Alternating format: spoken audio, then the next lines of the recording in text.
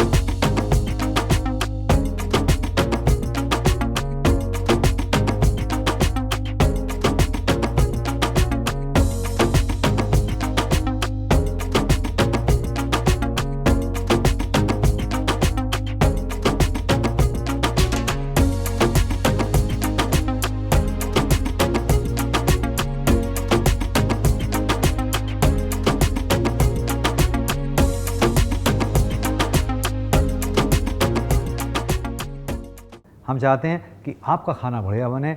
आप जब हमारी रेसिपी बनाएं वो दूसरों के साथ में शेयर करें। जी हाँ, असली नॉलेज शेयर करनी चाहिए। पास कीजिए उसको।